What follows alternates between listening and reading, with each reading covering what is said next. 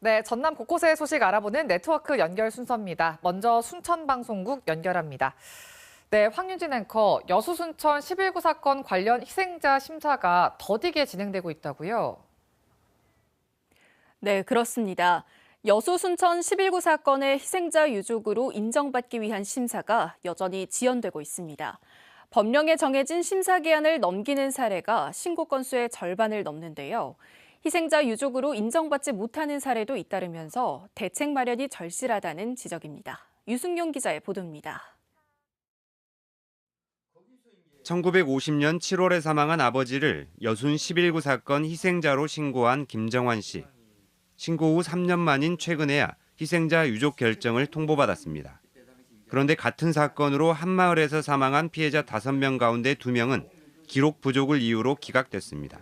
거기에 전부 다 사연을 다 수록해가지고 적어서 다 그렇게 해놨는데 어째 똑같은 경우를 그렇게 겪었는데 두 사람이 기각이 됐냐고 말입니다.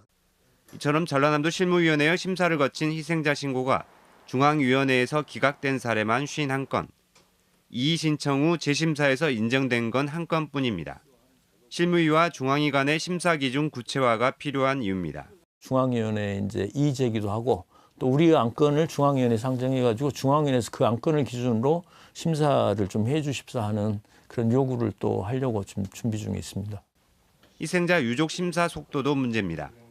전체 신고 7,465건 가운데 실무위원회를 통과하고도 중앙위원회에 계류 중인 것만 2,300건.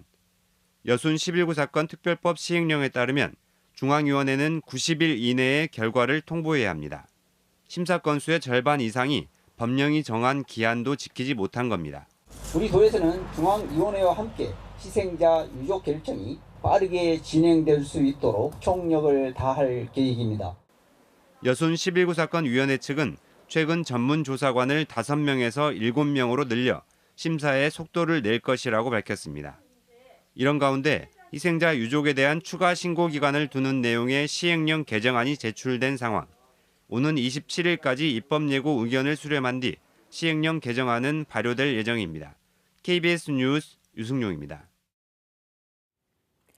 순천시의회가 전시민 민생회복지원금 지급을 촉구했습니다.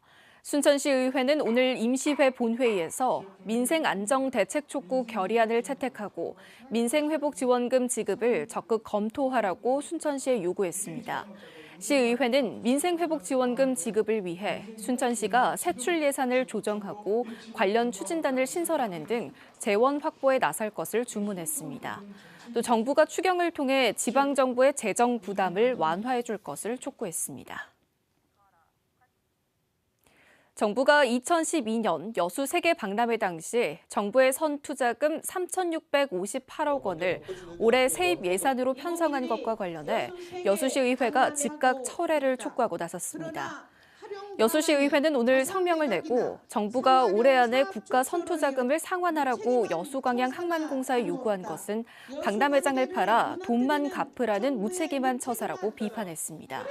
시의회는 또 정부의 상환 압박은 박람회장 사후 활용 사업 축소 등으로 이어져 지역 발전을 저해할 것이라고 꼬집었습니다. 광양만권 경제자유구역청이 일본 기업을 대상으로 투자 유치에 나섰습니다.